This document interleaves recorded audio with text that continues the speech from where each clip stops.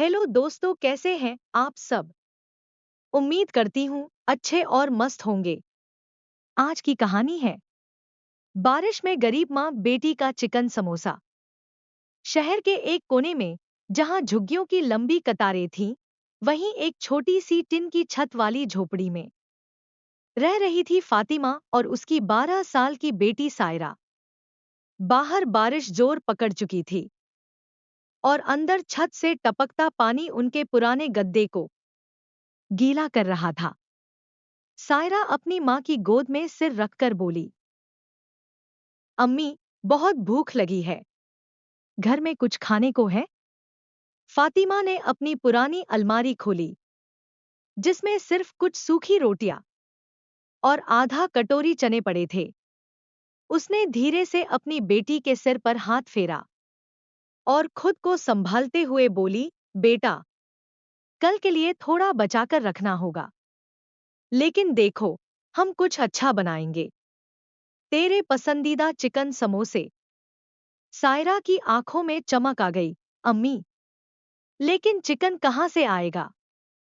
फातिमा मुस्कुराई, बस दुआ करो, अल्लाह कोई रास्ता निकाल देगा। बारिश की चुनौती और पहला कदम। अगली सुबह बारिश रुकने का नाम नहीं ले रही थी।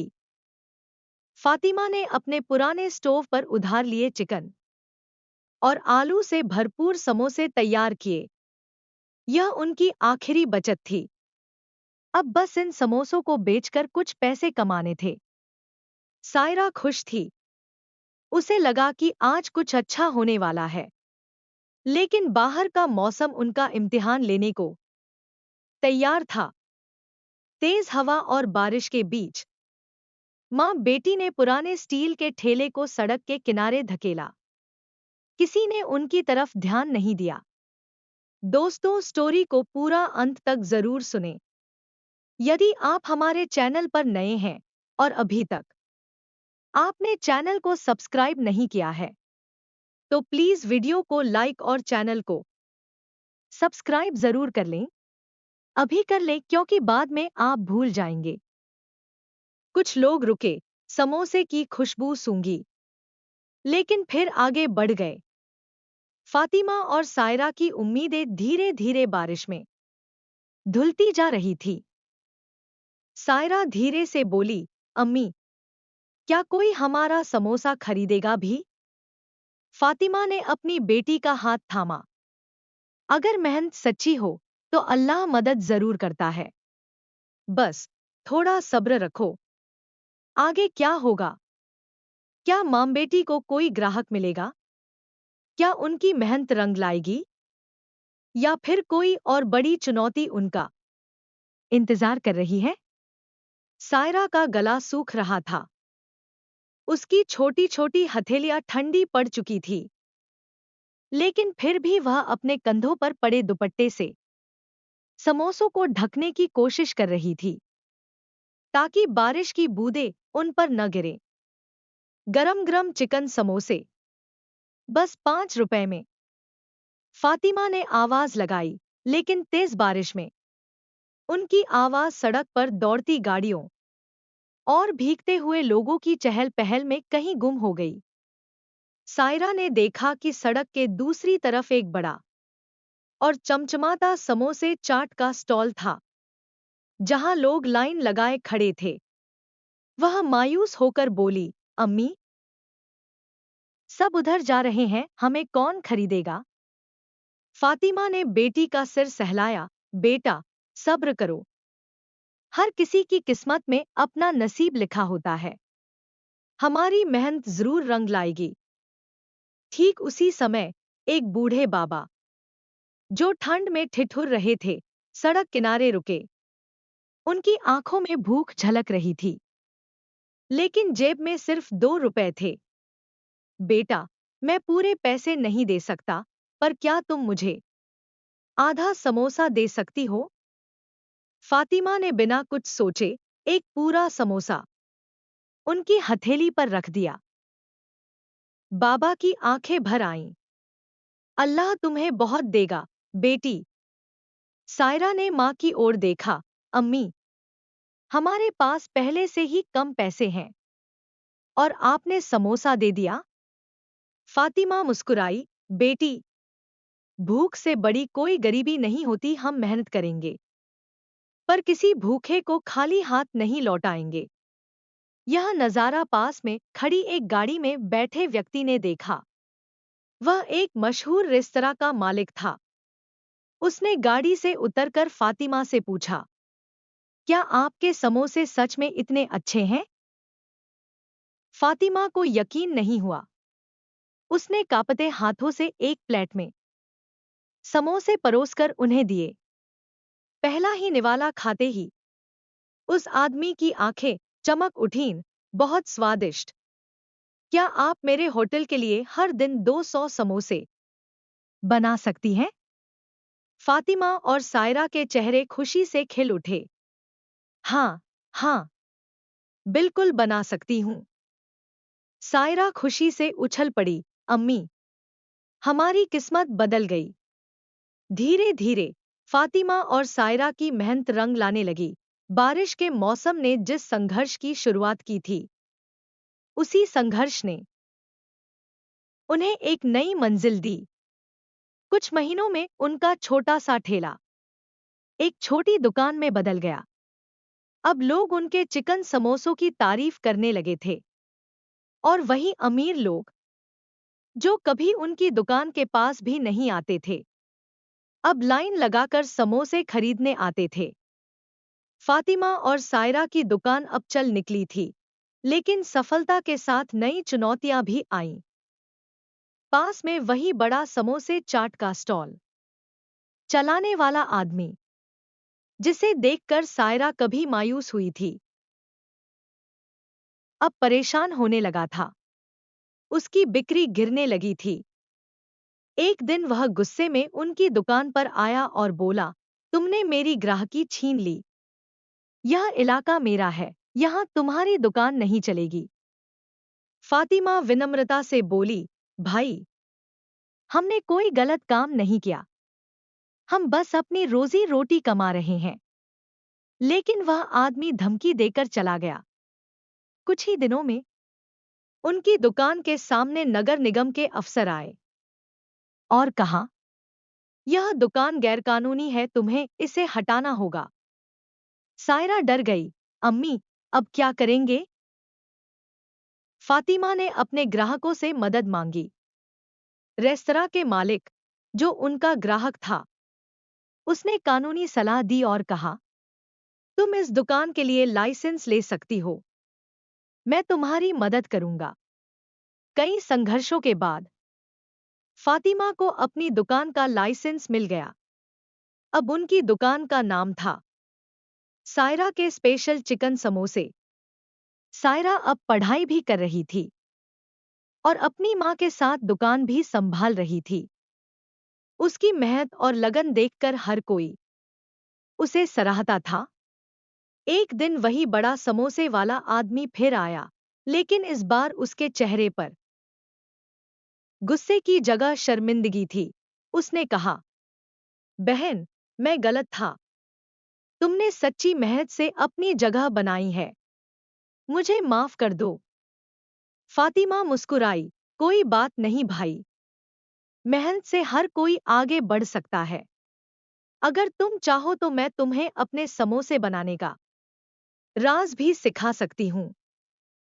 वह आदमी हैरान रह गया। उसने हाथ जोड़कर कहा, तुम बहुत बड़ी इंसान हो बहन। सायरा अब 16 साल की हो गई थी। वह पढ़ाई में भी होशियार थी और दुकान संभालने में भी अपनी मां की मदद करती थी। उनकी दुकान अब इलाके में मशहूर हो चुकी थी। लोग दूर दूर से उनके चिकन समोसे खाने आते थे। एक दिन स्कूल में एक प्रतियोगिता हुई, बिजनेस आइडिया चैलेंज। इसमें बच्चों को कोई नया बिजनेस आइडिया देकर अपने भविष्य के सपनों के बारे में बताना था। सायरा ने अपनी मां के संघर्ष से सीखी बातें साझा की और कहा, अगर मेरी मां बिना पढ़ाई के अपने दम पर इतनी बड़ी दुकान खड़ी कर सकती हैं, तो मैं पढ़ लिखकर इसे और बड़ा बना सकती हूँ। मेरा सपना है कि एक दिन हमारा खुद का रेस्तरां हो, जहां हर कोई हमारी खास चिकन समोसे की रेसिपी चख सके। सायरा की बातें सुनकर जज और सभी दर्शक भावुक हो गए। उसे पहला इनाम मिला, बिजनेस स्टडीज की स्कॉलरशिप। सायरा भागकर मां के पास आई। अम्मी, मुझे स्कॉलरशिप मिली है। अब मैं बिजनेस की पढ़ाई कर सकती हूँ और हमारी दुकान को और बड़ा बना सकती हूँ। फातिमा की आंखों में खुशी के आंसू आ गए। उसने सायरा को गले लगा लिया और बोली, बेटा, यही मेरा सपना था और तूने इसे पूरा कर दिया। 5 साल बाद अब सायरा एक पढ़ी लिखी, आत्मनिर्भर लड़की थी। उसने अपनी मां की मेहनत और अपने ज्ञान का उपयोग करके एक शानदार रेस्तरां खोला, फातिमा स्पेशल समोसे। उनका रेस्तरां इतना मशहूर हुआ कि लोग लाइन लगाकर वहां चिकन समोसे खाने आते। मां बेटी की मेहनत रंग लाई थी और वही नगर निगम वाले, जिन्होंने कभी उनकी दुकान हटाने की धमकी दी थी, अब उनके रेस्तरां के सामने कतार में खड़े थे, गर्मागर्म चिकन समोसे खाने के लिए। सायरा और फातिमा का फातिमा स्पेशल समोसे रेस्तरां अब पूरे शहर में मशहूर हो चुका था। लेकिन सायरा यही नहीं रुकना चाहती थी। उसने ऑनलाइन बिजनेस के बारे में पढ़ाई की थी और एक नया सपना देखा, अपने समोसे को ऑनलाइन डिलीवरी और इंटरनेशनल मार्केट तक पहुंचाने का। सायरा ने सोशल मीडिया और फूड डिलीवरी ऐप्स पर अपने समोसों को प्रमोट करना शुरू किया। धीरे धीरे लोग ऑनलाइन ऑर्डर देने लगे। अब न सिर्फ उनके इलाके के लोग, बल्कि दूसरे शहरों से भी लोग उनके समोसे मंगाने लगे थे। एक दिन एक मशहूर फूड ब्लॉगर ने उनके समोसे का रिव्यू किया और कहा, यह सबसे बेहतरीन चिकन समोसा है जो मैंने कभी खाया। इसके बाद उनकी ब्रांड वैल्यू और बढ़ गई। लोग बड़े ऑर्डर देने लगे और जल्द ही सायरा को एक इन्वेस्टर मिला जो उनके बिजनेस में पैसा लगाने को तैयार था। सायरा ने मां के पैर छूकर कहा, अम्मी, अब हमारा समोसा विदेश तक जाएगा। फातिमा की आंखें खुशी से भर आईं। वह सोच भी नहीं सकती थी कि कभी उनका छोला भटूरे बेचने वाला ठेला एक दिन इंटरनेशनल ब्रांड में बदल जाएगा। कुछ महीनों बाद दुबई में फातिमा स्पेशल समोसे का पहला इंटरनेशनल आउटलेट खुला। वहां भी उनके समोसे को इतना पसंद किया गया कि बड़ी-बड़ी कंपनियों ने उनके साथ पार्टनरशिप करने का ऑफर दिया। अब सायरा और फातिमा सिर्फ एक रेस्तरां की मालिक नहीं थी, बल्कि इंटरनेशनल बिजनेसवुमन बन चुकी थी। इतनी बड़ी सफलता के बाद भी सायरा और फातिमा अपने पुराने मोहल्ले को नहीं भूली। वे अपनी पुरानी झुग्गी बस्ती में गईं और वहां एक बड़ा किचन खोला, जहां गरीब बच्चों को मुफ्त खाना दिया जाने लगा। सायरा ने वहां खड़े बच्चों को देखकर कहा, अम्मी, कभी मैं भी इनकी तरह थी। आज अगर आप मुझे सहारा न देती, तो मैं यहां तक नहीं पहुंच पाती। अब मेरी बारी है कि मैं इन बच्चों को वही सहारा दूं। फातिमा ने बेटी को गले लगाया और कहा, तूने न सिर्फ अपने सपने पूरे किए, बल्कि औरों का भी सहारा बनी। अब मुझे दुनिया से कोई गिला नहीं। शिक्षा और मेहनत से कोई भी बड़ी सफलता हासिल कर सकता है। अगर सच्चे इरादे से काम किया जाए, तो हर मुश्किल आसान हो जाती है। जो अपने सपनों को साकार करने के लिए मेहनत करते हैं, वे एक दिन जरूर कामयाब होते हैं। प्यारे दोस्तों, यह कहानी यहीं पर समाप्त होती है। आपको यह कहानी कैसी लगी? कमेंट बॉक्स में जरूर बताएं। अगर आपको हमारी ये कहानी पसंद आई हो तो कृपया हमारे वीडियो को लाइक, शेयर और चैनल को प्लीज सब्सक्राइब जरूर कर लें। इससे हमें मोटिवेशन मिलता है और आप तक ऐसी ही प्रेरणादायक और मजेदार कहानियां सबसे पहले पहुंचती रहेगी। प्यारे दोस्तों, नमस्कार।